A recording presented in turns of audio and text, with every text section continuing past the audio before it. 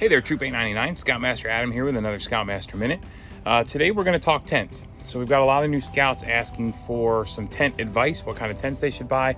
And I've got some seasoned scouts that are looking to upgrade to some better tents, and they're looking for some information as well. So disclaimer here, I'm not going to say that you need to buy a specific tent or a specific brand or anything like that. So part of this has to do with your needs as a scout. But I want to go through a few options here for you to make sure that you are purchasing as best as you possibly can and getting the most out of your money. So with that, I'm going to throw up an image here of a couple of different tents that we're going to talk about, benefits of each, and which one is my best recommendation. So let's get started.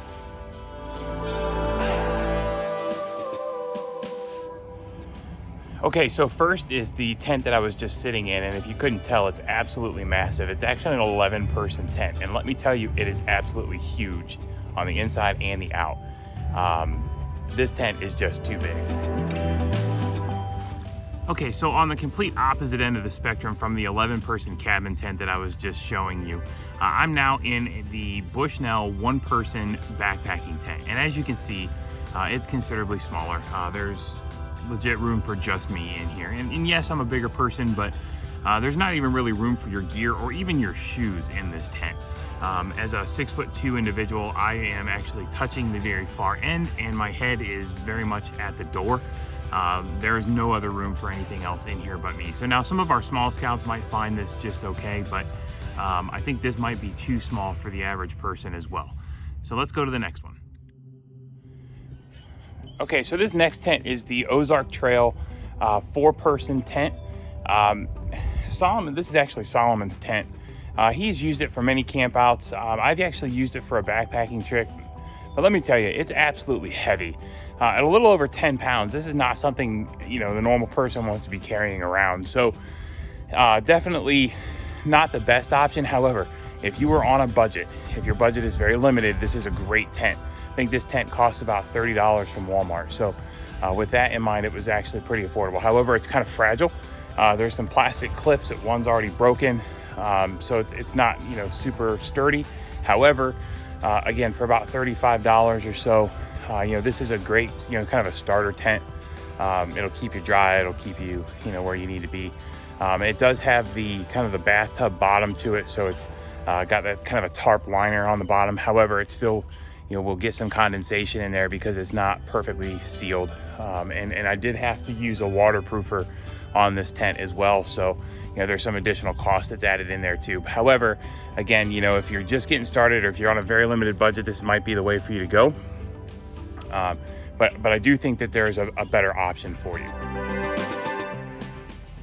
Okay, so my choice, this tent right here, arm's not quite long enough. Let's get you a little better view. All right, so this tent right here, it's made by Hillman. It's a 3-person backpacking tent. As you can see, it's got a nice vestibule here on there so you can tuck your gear underneath. It is about half the weight as this tent here in the background, the Ozark Trail tent. That Ozark Trail tent's a little more than 10 pounds. This one here comes in right at 5 pounds. But let me tell you, as a 3-person tent, it's really about 2 people. And I'll show you why here in just a minute. But when you're looking at backpacking tents, you definitely want to, try to avoid as light as you can. But I'll warn you, you can get really expensive really, really quick.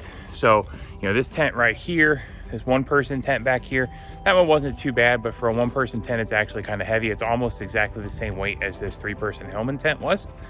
And the Hillman tent, I paid about $75 for on Amazon. I'll actually put a link in the bottom so you can take a look at the features that this tent has as you're looking for other tents. Again, I'm not going to say you absolutely have to buy a specific tent, but there are benefits to this one. As you can see, again, I'll talk about this vestibule. You can actually put all of your gear underneath.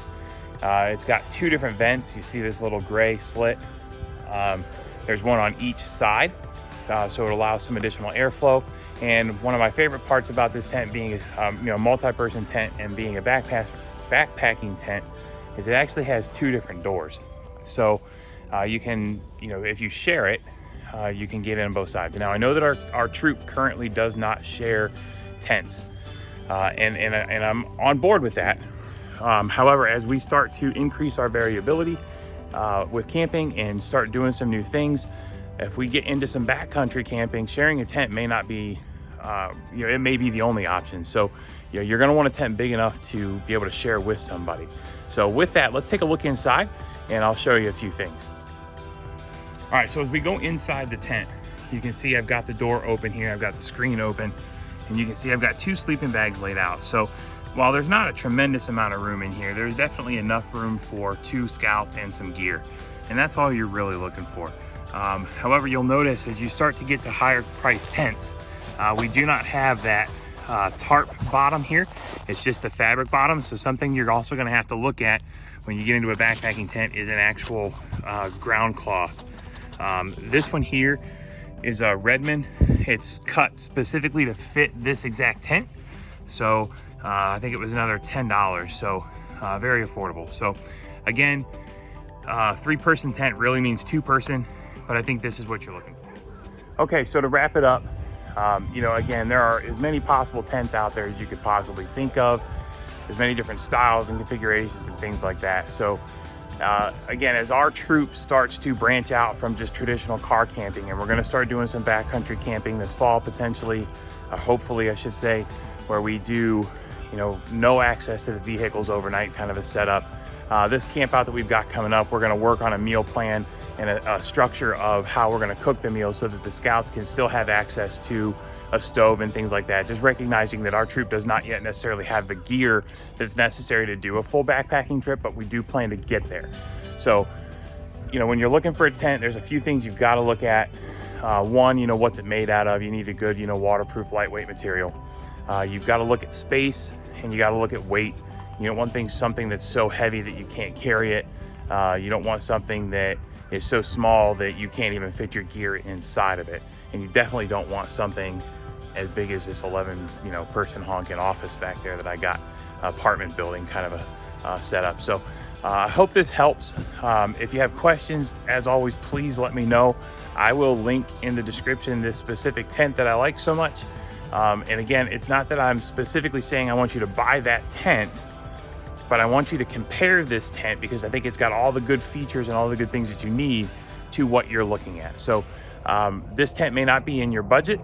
You may have a bigger budget than this tent, whatever is fine. But I want you to look to see if you can purchase a tent that has the features that this tent has. So with that, I'm looking forward to this trip at the end of the month. I'm very excited to do something other than just camp locally with these scouts. I can't wait to get out there and hike a little bit and do a little bit of backpacking at the same time. If your tent bag is so big that you can fit your 10-year-old in it, the tent is too big.